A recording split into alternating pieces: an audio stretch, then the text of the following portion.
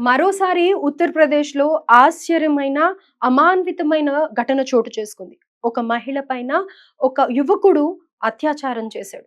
అది కూడా పదే పదే ఆ అమ్మాయిని బ్లాక్‌మెయిల్ చేస్తూ, తను ఒంటరిగా ఉన్న సమయంలో తీసిన వీడియోలని చూపిస్తూ, ఆ అమ్మాయిని బ్లాక్‌మెయిల్ చేసి ఆఖరికి ఆ అమ్మాయిని లోబర్చుకున్నాడు. సో, ఇదే పూర్తి వివరాలు ప్రస్తుతం మన రిపోర్టర్ తేజాని అడిగి కనుక్కుందాం. అసలు అక్కడ సిట్యుయేషన్ ఏంటి? ఏం జరిగింది అన్న పూర్తి వివరాలు అడిగి తెలుసుకునే ప్రయత్నం చేద్దాం. సో, ప్రెజెంట్ అప్డేట్ ఏంటి తేజ?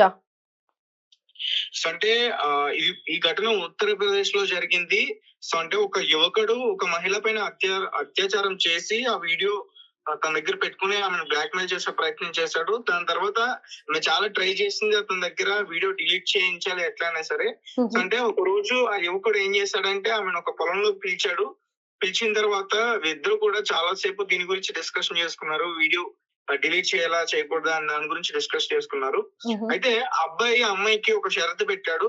సరే ఇప్పుడు నీ వీడియో నా దగ్గర ఉంది. ఇది బయటికెళ్తే నీ పరువు, నీ కుటుంబ పరువు మొత్తం కూడా పోతుంది. లైఫ్‌లో నీకు పెళ్లి అవ్వదు. నీ వైపు ఎవరు చూడరు. సో నిన్ను ఒక వ్యభిచారిగా నిన్ను చూస్తారు. నా మాట వినకపోతే అన్నట్టుగా ఆమెను పూర్తిగా బెదిరించాడు. ఓకే. సో ఆమె ఏం చేసిందంటే వీడియో డిలీట్ చేసేస్తే ఇంకా అయిపోతుంది కదా! ఎవరికీ తెలీదు. అతనికి ఏం కావాలో అది ఇచ్చేస్తే అయిపోతుంది కదా అని ఆమె ఆలోచించింది. అంటే జీవితం పోతుందనే భయంతో ఆమె అలా నిర్ణయం తీసుకుందని మనం ఖచ్చితంగా అనుకోవచ్చు. ఓకే. సో తర్వాత ఆమె ఏం చేసిందంటే ఆ పొలంలో తన బట్టలు ఇప్పేసి ఉంది. సో ఆ అమ్మాయి పైన మళ్ళీ తను ఇలా బెదిరించి మళ్ళీ అత్యాచారం చేశాడు. ఓకే. సో అంటే ఇంకా అతను ఎలా చెప్పిండంటే నేను రమ్మన్నప్పుడు ప్రతిసారి నువ్వు రావాలి అన్నట్టుగా ఆమెని మళ్ళీ బెదిరించాడు. ఓకే. ఆ ఇన్సిడెంట్ అయిన తర్వాత కూడా పదే పదే ఆ వీడియోని ఇంకా జరిగిన సిట్యుయేషన్‌ని రికార్డ్ చేసి మళ్ళీ మళ్ళీ బెదిరించాడన్నమాట. రైట్. బెదిరించాడు. ఇంకా ఇట్లా లాభం లేదు. ఇతను నన్ను వదలడు. ఏమైనా చేస్తాడు ఇతను అని చెప్పేసి ఆమె ఏం చేస్తుందంటే సిపి ఎస్పీ కార్యాలయానికెళ్ళి మొత్తానికి అక్కడ ఫిర్యాదు చేసింది. తర్వాత ఈ దారుణ ఘటన గురించి ఆ కుటుంబ సభ్యులకు కూడా ఆమె చెప్పింది. సో ఆ కుటుంబ సభ్యుల సహకారంతో ఆమె ఎస్పీ కార్యాలయానికి వెళ్లి పోలీస్ స్టేషన్ లో కంప్లైంట్ ఇచ్చింది. సో వాళ్ళు కేసు నమోదు చేసుకుని మొత్తం కూడా దర్యాప్తు చేస్తే మిగతా విషయాలన్నీ కూడా బయటపడ్డాయి.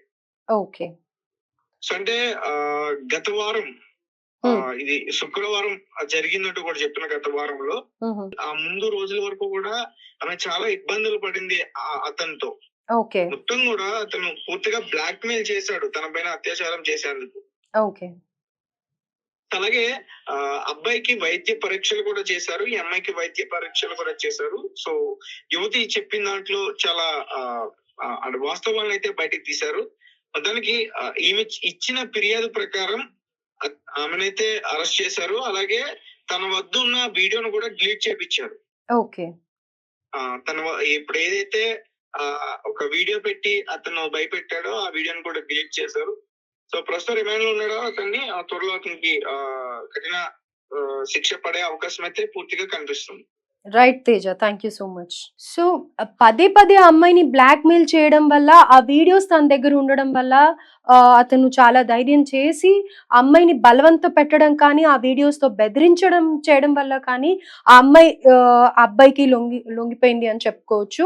అలాగే ఎప్పటికప్పుడు పేరెంట్స్ కూడా అలర్ట్‌గా ఉంటూ అసలు ఏం జరుగుతుంది, పిల్లల మానసిక స్థితి ఎలా ఉంది అనేది తెలుసుకుంటూ ఉంటే ఇలాంటి పొరపాట్ల నుంచి మన పిల్లల్ని మనం కాపాడుకోవడం సులువుగా ఉంటుంది.